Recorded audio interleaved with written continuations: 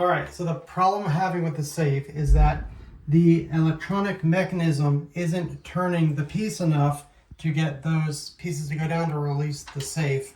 If I use the manual bypass, the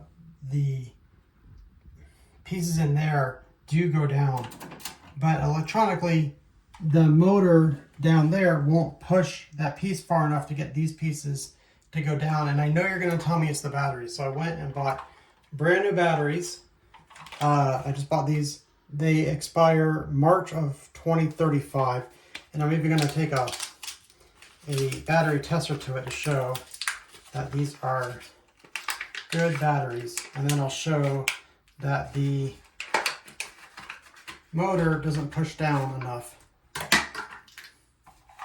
on the lever there. So the first battery, so it's 1.64 volts.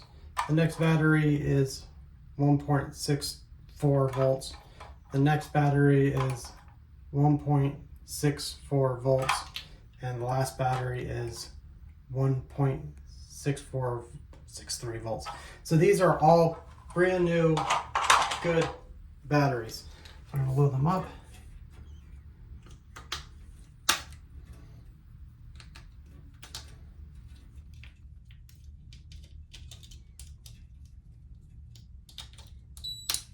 Okay, it's on.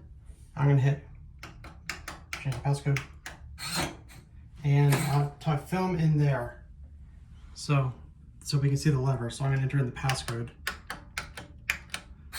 And it doesn't, that lever isn't pushing down far enough to allow the door to release.